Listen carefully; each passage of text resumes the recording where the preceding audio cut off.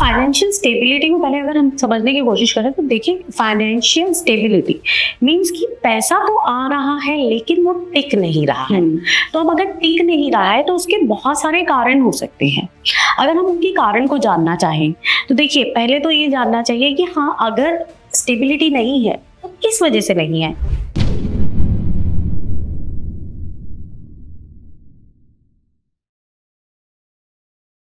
Hello दोस्तों, welcome to TVT podcast. आज हमारे साथ में बहुत ही स्पेशल पर्सनालिटी हैं वास्तु गुरु मान्या जी। आइए आज हम उनसे बहुत सारे वास्तु, न्यूमरोलॉजी, एस्ट्रोलॉजी के टिप्स लेते हैं। Hello ma'am. Hello Tanvi, thank you so much, आपने मुझे यहाँ इनवाइट किया। और आज हम यहाँ बात करने वाले हैं वास्तु के बारे में, न्यूमरोलॉजी के बारे में और ऐसी प्रॉब्लम्स लोग जो अभी तक फेस कर रहे हैं। अब ये हाई टाइम है जब लोगों को पता होना चाहिए कि वास्तु, न्यूमरोलॉजी, एस्ट्रोलॉजी से कैसे वो अपनी लाइफ में इनकलकेट करके अपनी चीज़ों को बेटर कर सकते हैं और अपनी लाइफस्टाइल को और ज़्यादा अच्छा बना सकते हैं और सक्सेसफुल जिंदगी जी सकते हैं। तो ये एक हाई टाइम है और आज हम इसी बात के बारे में बात करेंगे। Universal world wide problem financial stability. हर किसी को पैसा चाहिए अपने पास में और उसी के लिए सारे मेहनत कर रहे होते हैं। तो क्या रीजन है कि हमारे पास पैसा नहीं आता, या हम आपसे कोई टिप्स जानना चाहेंगे कि हम सबकी पॉकेट्स में पैसा रहे? जैसे आपने बोला कि ये यूनिवर्सल वर्ल्ड प्रॉब्लम है, ऑफ कोर्स फाइनेंशियल स्टेबिलिटी बहुत मैटर करती है। अब फाइनेंशियल स्टेबिलिटी को पहले अगर हम समझने की कोशिश करें तो देखिए, फाइनेंशियल स्टेबिलिटी मींस कि पैसा तो आ रहा है लेकिन वो टिक नहीं रहा है। तो अब अगर टिक नहीं रहा है तो उसके बहुत सारे कारण हो सकते हैं। अगर हम उनके कारण को जानना चाहें तो देखिए, पहले तो ये जानना चाहिए कि हाँ, अगर स्टेबिलिटी नहीं है तो किस वजह से नहीं है। इनकम नहीं है, इनकम है लेकिन वो पैसा एक्सपेंडिचर में खर्च हो रहा है। अगर एक्सपेंडिचर में नहीं खर्च हो रहा तो क्या वो हेल्थ इश्यूज में खर्च हो रहा है। अगर वो पैसा आ रहा है लेकिन क्या वो जो है पैसा साथ के साथ आपका जो निकल जाता है वो आपका किस तरीके से निकल रहा है, या फिर वो स्टेबिलिटी क्यों नहीं बन पा रही है, इसके ऊपर हम बात करते हैं। एस्ट्रोलॉजिकली देखा जाए तो अलग अलग प्लैनेट्स जो है इस चीज के लिए रिस्पॉन्सिबल होते हैं। अगर मैं बात करूं कि हमारी इनकम तो रेगुलर आ रही है या हम कहें कि इनकम नहीं आ रही है, तो उसके लिए जो प्लैनेट्स जो जरूरी होते हैं वो होते हैं आपका चंद्रमा और साथ में बृहस्पति। अगर आप इन दोनों को बैलेंस करते हो तो आपको एक रेगुलर इनकम और साथ में बरकत, क्योंकि चंद्रमा जो है वो आपके रेगुलर इनकमिंग का सोर्स है और साथ में जो बृहस्पति है वो आपकी बरकत का सोर्स है। अगर आप इन दो प्लैनेट्स को बैलेंस कर लेते हो तो आपकी रेगुलर इनकम भी शुरू होगी और साथ में आपकी वो जो पैसा आ रहा है उसमें बरकत होनी भी शुरू होगी। अब बात आती है कि अब इनकम भी आ गई, बरकत भी आ रही है, चलो ठीक है, लेकिन अब वो टिक नहीं रहा है, घर में रह नहीं रहा है, अलग अलग सेक्टर्स में वो खर्च होता जा रहा है। अब अगर हम बात करते हैं खर्चने की, तो कई बार क्या होता है, इंसान की शौक ही इतने सारे होते हैं, उसको कई बार जो है गैम्बलिंग में पैसा उड़ गया या फिर पैसा जो है गलत आदतों में उड़ गया। तो इसका मतलब क्या है, यहाँ कौन सा प्लैनेट आपका जो है सबसे ज्यादा एक्टिव है, वो है राहु। अब राहु अगर एक्टिव है तो वो आपके पैसे को गलत डायरेक्शन में ही लेकर जाएगा। अच्छा, तो अब इसको बैलेंस करना बहुत जरूरी है।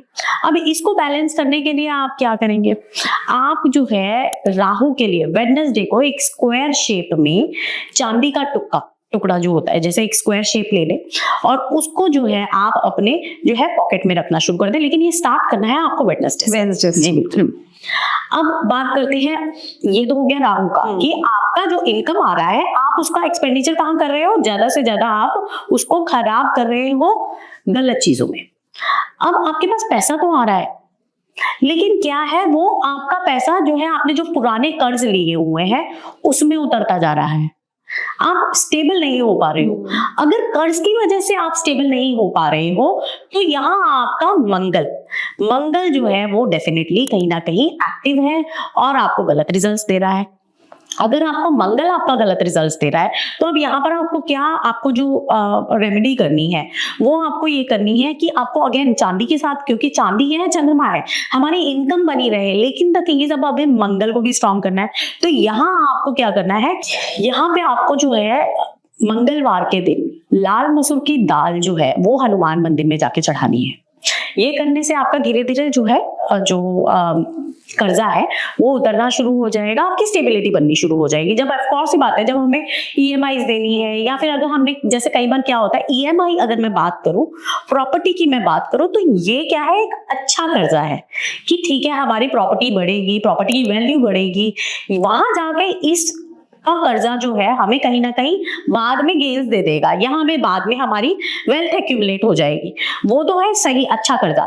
लेकिन अगर आपने पैसा ही लिया है और गलत तरीके से उसको यूज करने के लिए या फिर अपने पर्सनल खर्चों के लिए पैसा कर्जा लिया है, तो वहां पर जो है आपको ये रेमेडी करनी है। अब बात कर लेते हैं, अगर आपको पैसा तो आ रहा है और घर में टिक नहीं रहा, बीमारियों में लग रहा है, तो अगर पैसा जो है वो बीमारियों में लग रहा है, तो यहाँ पर जो सबसे इंपॉर्टेंट चीज देखने वाली है वो है शनि। क्योंकि शनि एक ऐसा प्लैनेट है जो एक जज की तरह भी काम करता है और आपके जो भी कर्म है उनको भी जो है वो देखकर उसी के हिसाब से आपके रिजल्ट्स भी देता है। तो हेल्थ इश्यूज देने वाला जो है जो प्लैनेट है वो शनि भी है। तो अब यहाँ आपको शनि को बैलेंस करना है।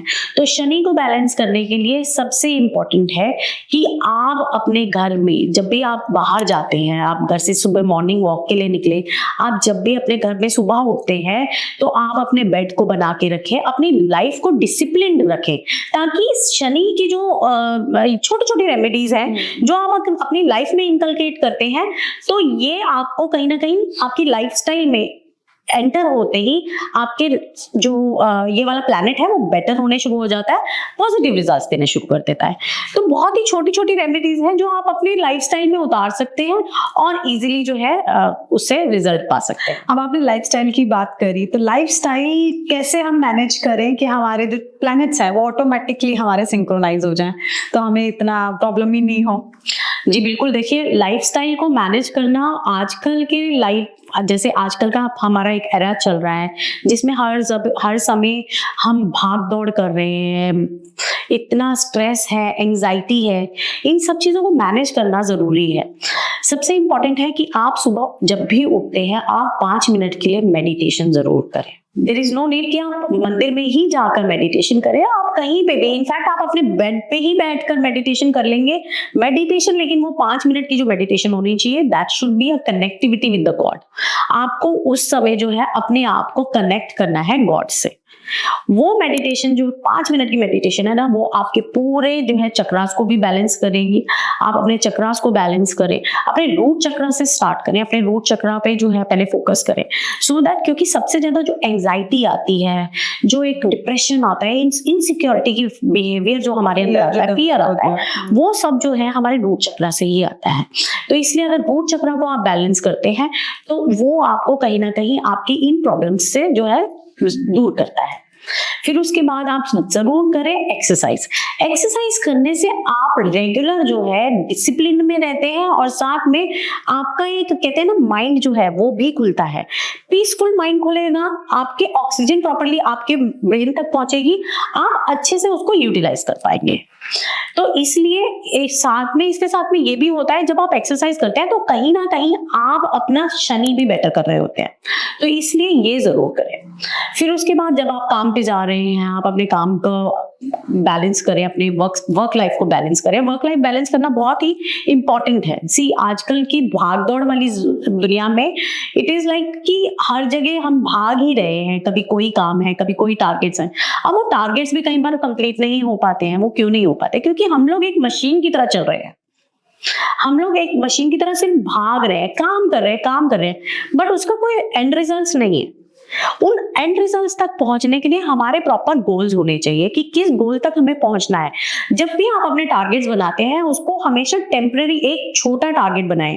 आप उसको जो है लॉन्ग टर्म टारगेट बनाते हो। अगर आप अपने लॉन्ग टर्म टारगेट में सोच लेते हो कि हाँ आज के 5 साल बाद मैं ये करने वाला हूँ, लेकिन उस 5 साल के बाद के लिए आपको 3 महीने में क्या प्लानिंग करनी है वो आपको पहले पता होनी चाहिए। शॉर्ट गोल्स पहले बनानी चाहिए, राइट। तो वो शॉर्ट गोल्स के ऊपर चलते चलते आप अपने एंड टारगेट तक पहुंचेंगे, तो that would be more useful rather than कि हाँ पहले से ही उसके ऊपर सोचते सोचते आपने पूरी जिंदगी निकाल दी। तो इसलिए एक तो ये आपको जरूर करना चाहिए। दूसरा, आपको जो जरूरी है कि आप अपने काम में प्रायोरिटाइज करें कि क्या काम अभी आपके लिए जरूरी है, कौन से काम में आप अभी इस समय अगर आप हैं तो आपको कौन सा काम इम्पोर्टेंट है, रादर देन हर तरीके के काम के अंदर घुसने से अच्छा वन टाइम में वन गोल के ऊपर फोकस करें, वो आपके लिए बेटर रहेगा। उसके अलावा अगर हम बात करें फैमिली को प्रायोरिटाइज करने की, क्योंकि वर्क लाइफ है, कई बार इतना देखा है कि प्रेशर इतना ज़्यादा होता है that we do not even give time to our family as well. तो ऐसे में आप अपनी फैमिली को भी प्रायोरिटाइज करें। जब आप काम से घर जा रहे हैं then you should always switch off your phone, switch off your work mode and then should be in your family mode. आपका ये टाइम जो है आपकी फैमिली के लिए, आप जितना भी टाइम अपनी फैमिली को देते हैं, चाहे आप 2 आवर्स दें, आप 3 आवर्स दें, या शाम के 5 बजे के बाद या 6 बजे के बाद, जब भी आप देना चाहते हैं, it should be only prioritise to your family, not to anyone else. आपकी प्रायोरिटी यही होनी चाहिए कि अब मेरा टाइम फैमिली का है, क्योंकि ये दोनों चीजों को ना, आपके वर्क लाइफ को और अपनी फैमिली को बैलेंस करना बहुत इंपॉर्टेंट है, क्योंकि यही से जो है कॉन्फ्लिक्ट शुरू होते हैं। जब आप दोनों चीजों को बैलेंस नहीं कर पाते तो दूसरा जो है अफेक्ट होता है। तो इसलिए अपनी फैमिली को बैलेंस करना भी बहुत इंपॉर्टेंट है। Then you should also remember कि आपको नो कहना भी आना चाहिए, क्योंकि आप बहुत इम्पोर्टेंट है। क्योंकि कई बार क्या होता है, हम लोगों को प्लीज करने के चक्कर में उनके काम को भी अपने ऊपर ले लेते हैं, अपने वर्क लाइफ को हैम्पर कर देते हैं। लेकिन ऐसा नहीं करना चाहिए, क्योंकि कहीं ना कहीं उनके काम को प्लीज करने के लिए या उनको प्लीज करने के लिए आप अपने काम को अफेक्ट कर रहे हैं। You should always say know if it is not in your hand. आप सोचो नहीं, चलो मैं कर देता हूँ, अपनी मेहनत के लिए, अपनी मेहनत तो करनी ही है, साथ में दूसरे के लिए भी इट्स ओके। अगर आप नहीं कर सकते हैं प्लीज क्लियरली मना कर दो। अगर आप ले लेंगे और नहीं कर पाए तो दूसरे को भी हर्ट होगा कि हाँ मैं मतलब कर नहीं पाया। तो बेटर यही है कि आपको नो करना भी आना चाहिए। तो ये तो हमारा लाइफस्टाइल बैलेंसिंग हो गया, एस्ट्रोलॉजी भी इसमें आ गई है। अब वास्तु एंड न्यूमरोलॉजी की बात करते हैं। तो अब न्यूमरोलॉजी को हम सबसे पहले लेते हैं कि न्यूमरोलॉजी में हम बहुत सारे रेमेडीज भी करते हैं, नेम करेक्शन भी हमने कर लिया, लेकिन रिजल्ट नहीं मिल रहा। तो अब यहाँ पे हम गलती कर रहे हैं, क्यों नहीं मिल रहा? देखिए, कई बार क्या होता है, पहले तो हमें समझना पड़ेगा कि क्या नेम चेंज एग्जैक्टली रिजल्ट देता है। तो सबसे पहले मैं आपको ये बताऊंगी कि नाम में एक लेटर ए या जो भी लेटर है उसको ऐड करना या फिर जो है उसको सब्ट्रैक्ट करने से कोई फायदा नहीं होगा जब तक आप इसको अपनी लाइफ में भी इनकलकेट नहीं करोगे। अब मैं आपको एक छोटा सा एक एग्जांपल देती हूँ। अगर आप जब भी नाम चेंज करना चाह रहे हैं तो आप उसका नाम आपने किसी से निकलवाया और आपने रख लिया। जैसे मैं आपको एक एग्जाम्पल से ही समझाती हूँ। मेरे पास एक क्लाइंट आए, उन्होंने मुझे कहा कि मुझे नेम चेंज कर दो। तो सबसे पहले जो देखना होता है वो ये देखना होता है कि आखिर नाम क्यों चेंज करना है, क्या रीजन है कि वो नेम चेंज करना चाहते हैं। अगर कोई किसी का बर्थ हुआ है तो वो कह रहे हैं कि नाम चेंज करना है, तो समझ आती है कि ठीक है बच्चे का नाम रखना है, हाँ। तो उसके लिए नेम अच्छा निकाल के देना है, दैट इज फाइन। पर जो नाम आपका ऑलरेडी सोल के साथ कनेक्टेड है, आप उसको क्यों चेंज करना चाह रहे हो? क्या ऐसा रीजन है या कौन से रिजल्ट्स आपको चाहिए जिसकी वजह से आप जो है अपने नेम को चेंज करना चाह रहे हो? सबसे पहले तो ये समझना होगा। अब आपने चूज कर लिया, आपका नेम समझ आ गया आपको कि हाँ इससे ये प्रॉब्लम आ रही है, आपके डेट ऑफ बर्थ के साथ वो अलाइन नहीं है, आप अपनी डेट ऑफ बर्थ के साथ उसको अलाइन करें तो नाम आप चेंज कर सकते हैं। लेकिन कई बार क्या होता है कि आप नाम तो चेंज कर लेते हैं, आप रेमेडीज भी 43 डेज की कर लेते हैं, लेकिन फिर भी रिजल्ट्स नहीं आ रहे हैं। अब वो क्यों हो रहा है? क्योंकि कहीं ना कहीं आपने अपने अंदर जो है वो चेंजेस नहीं लेके आए हैं। अपने अंदर जो है चेंजेस कब आएंगे? जब आप अपने प्लैनेट्स के साथ उनके साथ एक साझेदारी करेंगे।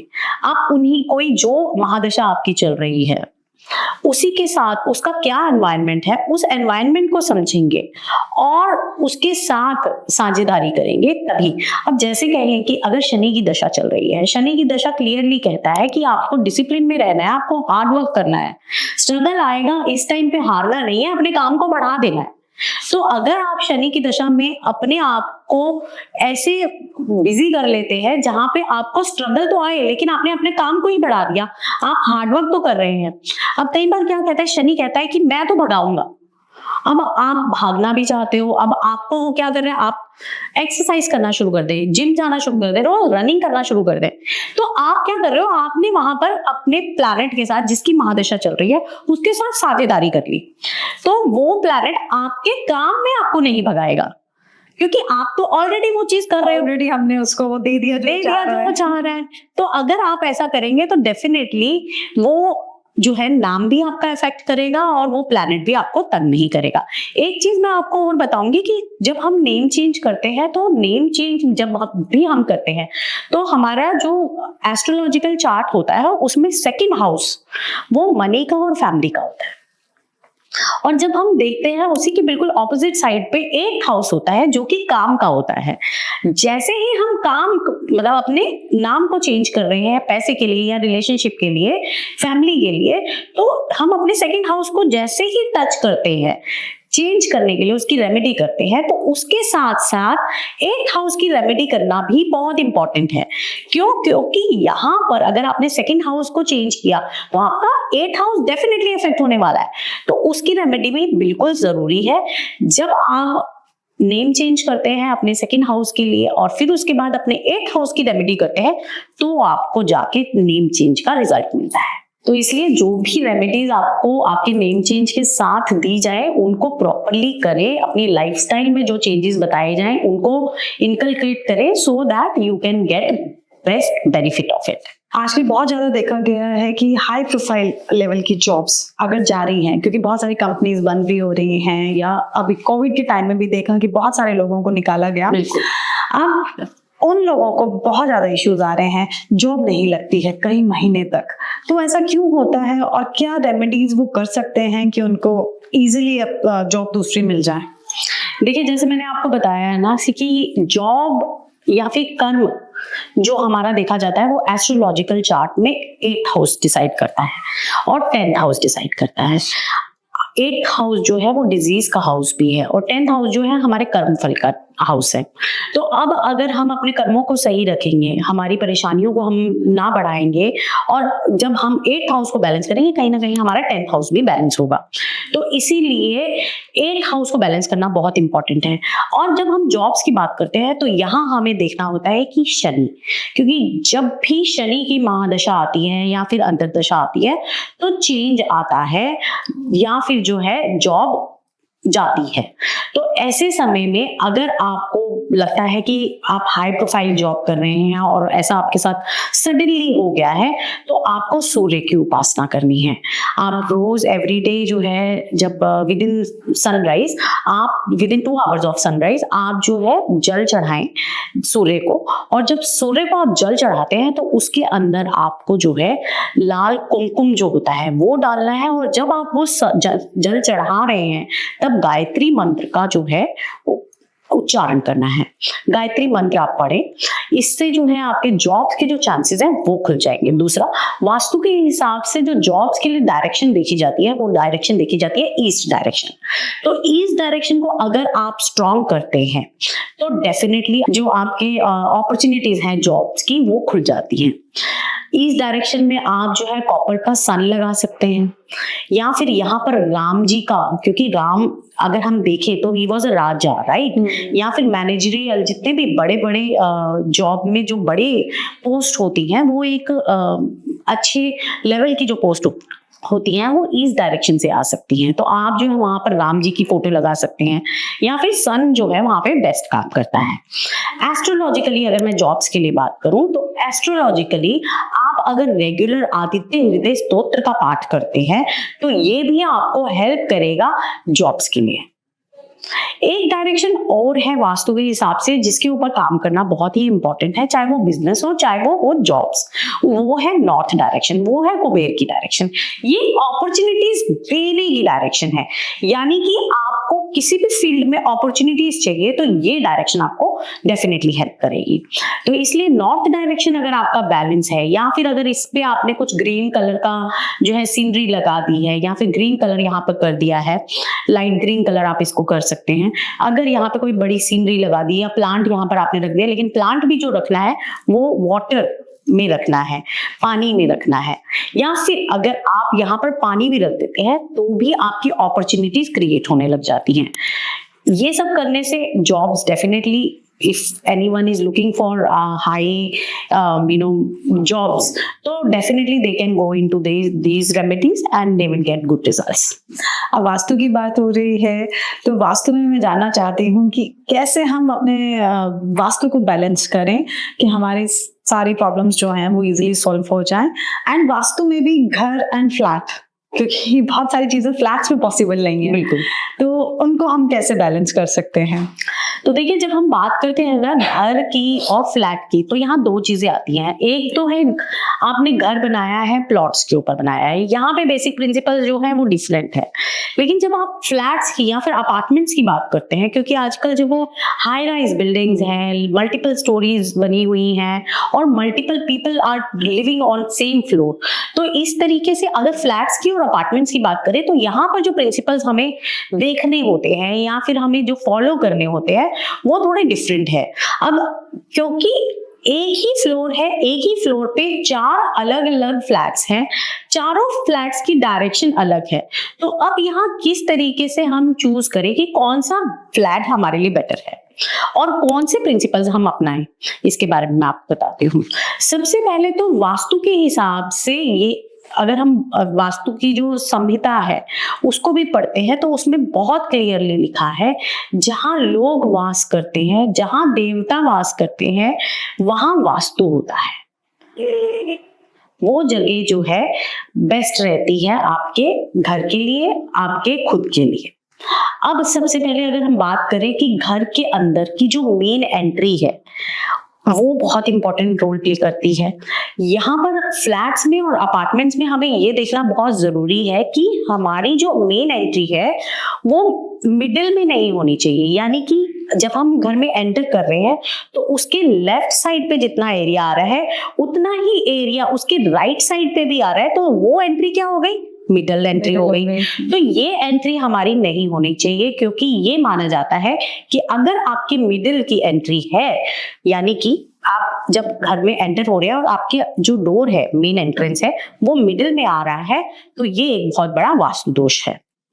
दूसरा, ये भी कहा जाता है, जब हम ये सब चीजों की स्टडी भी करते हैं तो उसमें ये जरूर देखते हैं कि वास्तु में जब आपके फ्लैट या फिर अपार्टमेंट में अगर अच्छे पॉजिटिव एंट्रीज ज्यादा है या फिर पॉजिटिव गुण ज्यादा है और नेगेटिव गुण 1-2 ही हैं, तो आप जो है पॉजिटिव गुण को ही लेकर चलेंगे और ये मानेंगे कि वास्तु आपका परफेक्ट है। अगर वास्तु दोष कम है, इसका मतलब ये है कि अगर आपके फ्लैट में वास्तु दोष कम है और वास्तु दोष मतलब कम है, तो आप घर को अच्छा ही मानेंगे। ये है तब जब हम परचेज करने जा रहे हैं फ्लैट्स या फिर अपार्टमेंट्स। अगर उस घर में कम से कम रेमेडीज लग रही हैं या कम से कम जो है प्रॉब्लम्स वास्तु की डिटेक्ट हो रही हैं, तो वो घर आप डेफिनेटली बाय कर सकते हैं। दूसरा, जब हम बात करते हैं एंट्री के बाद, तो हम देखते हैं सेकंड नंबर पे कि आपके बेडरूम्स कहाँ आ रहे हैं। अब साहित्य के हिसाब से, विश्वकर्मा प्रकाश के हिसाब से, ये बुक्स में लिखा हुआ है कि आपका सोने का जो एरिया है, बेडरूम है, वो स्पेसिफिकली साउथ डायरेक्शन में हो, या फिर वो जो है आपका जो कपल का एरिया है, जहाँ पे एक कहते हैं ना दाम्पत्य जो रहते हैं या फिर अपना ज्यादा से ज्यादा समय गुजारते हैं, वो बेडरूम होता है। तो बेडरूम का जो एरिया है वो या तो साउथ वेस्ट में होना चाहिए या फिर वेस्ट डायरेक्शन में होना चाहिए।